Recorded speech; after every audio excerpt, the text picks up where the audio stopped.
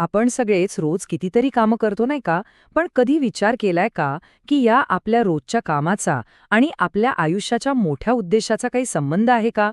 बरं, आज आपण 1966 सालच्या एका व्याख्यानाच्या आधारे हेच समजून घेणार आहोत.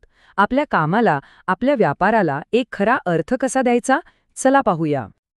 अनेकदा असं होतं ना की आपण खूप बिझी असतो, सतत काहीतरी करत असतो, पण तरीही आतून एक समाधान मिळत नाही, एक पोकळी जाणवते. मग प्रश्न पडतो की अरे, आपण जे काही करतोय या सगळ्याचा आपल्या जीवनाचा नेमका उद्देश तरी काय आहे? आणि मूळ स्रोतानुसार पाहिलं तर आजच्या समाजाची स्थिती काहीशी अशीच आहे. सगळीकडे धावपळ आहे, भरपूर व्यवहार आहेत, व्यापार आहे, पण ह्या सगळ्याला एक दिशा देणारी, एकत्र बांधून ठेवणारी संस्कृती कुठेतरी हरवली आहे. आणि म्हणूनच एक प्रकारचा गोंधळ आणि उद्देशहीनता जाणवते. मग या समस्येवर उपाय काय? हे समजून घेण्यासाठी ना, वैदिक विचारांमध्ये एक खूप सुंदर उदाहरण दिलं जातं. असं म्हणतात की समाजाची रचना ही आपल्या शरीरासारखीच आहे. जसे शरीराचे वेगवेगळे अवयव एकत्र मिळून काम करतात, अगदी तसंच समाजाचेही विविध घटक आहेत. आता हे बघा, हे किती इंटरेस्टिंग आहे. समाजाचं डोकं म्हणजे ब्राह्मण किंवा बुद्धिजीवी वर्ग, जे विचार करण्याचं आणि दिशा देण्याचं काम करतात. हात म्हणजे क्षत्रिय किंवा प्रशासक, जे संरक्षण करतात. पोट म्हणजे वैश्य किंवा व्यापारी, जे समाजाचं पोषण करतात. आणि पाय म्हणजे शूद्र किंवा कामगार वर्ग, जो संपूर्ण समाजाला आधार देतो. ह्यातला प्रत्येक भाग महत्वाचा आहे, नाही का?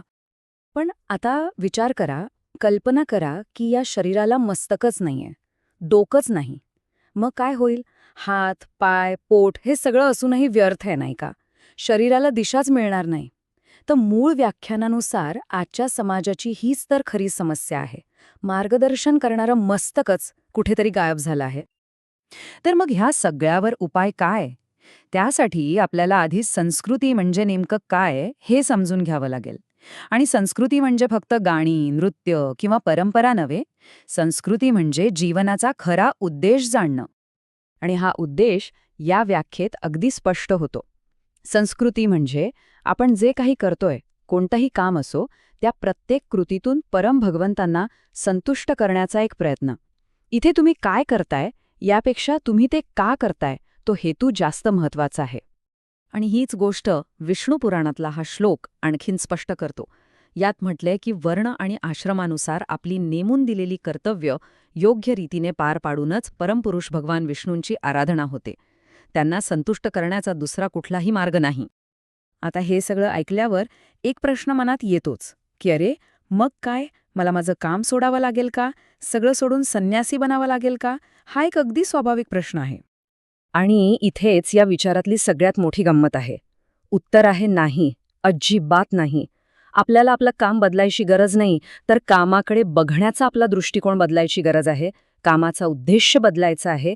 परफेक्शन हे काम बदलण्यात नाही, तर ते काम करताना आपली चेतना बदलण्यात आहे. अगदी हेच भगवद्गीतेतला हा श्लोक सांगतो की आपल्या स्वतःच्या कर्मानेच भगवंतांची पूजा करून मनुष्य पूर्णता प्राप्त करू शकतो.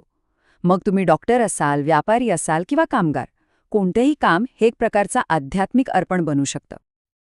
पण हा दृष्टिकोन आपल्यात यायचा असेल तर आधी आपली खरी ओळख काय आहे हे समजून घ्यावं लागेल. आणि ती मूलभूत ओळख म्हणजे आपण हे तात्पुरतं शरीर नाही, तर आपण शाश्वत आत्मा आहोत. आणि या मूलभूत सत्याचा शोध घेण्यालाच म्हणतात ब्रह्मजिज्ञासा. सोप्या भाषेत मी कोण आहे याबद्दल चौकशी करणे. हाच मानवी जीवनाचा खरा उद्देश आहे. केवळ खाणे, झोपणे आणि पैसे कमवणे नाही. आपल्या मनुष्य जन्माचं महत्त्व किती आहे हे समजून घेण्यासाठी हे आकडे बघा. 84 लाख. हो, शास्त्रानुसार या जगात एकूण 84 लाख प्रकारच्या जीवयोनी आहेत. आणि त्यातल्या मानवी योनी किती? फक्त 4 लाख. म्हणजे विचार करा, 84 लाखांपैकी फक्त 4 लाख. यावरून हेच सिद्ध होतं की मनुष्यजन्म मिळणं ही किती दुर्मिळ आणि मौल्यवान संधी आहे. ह्या सगळ्याचा अर्थ काय?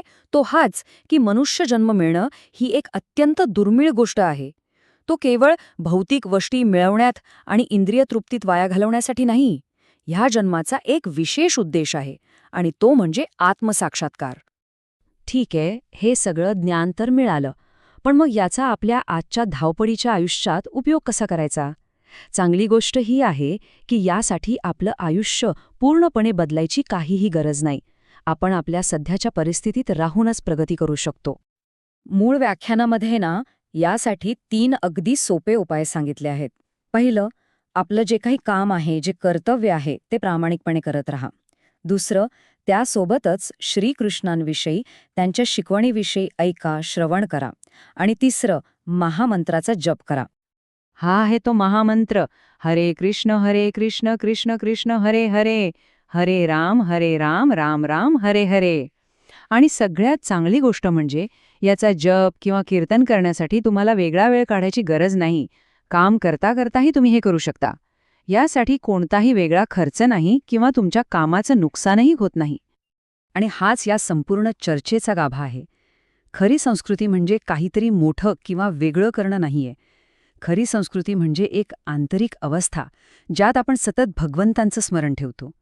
हे स्मरणच आपल्या प्रत्येक कामाला, प्रत्येक कृतीला एक अर्थ आणि एक दिशा देतं.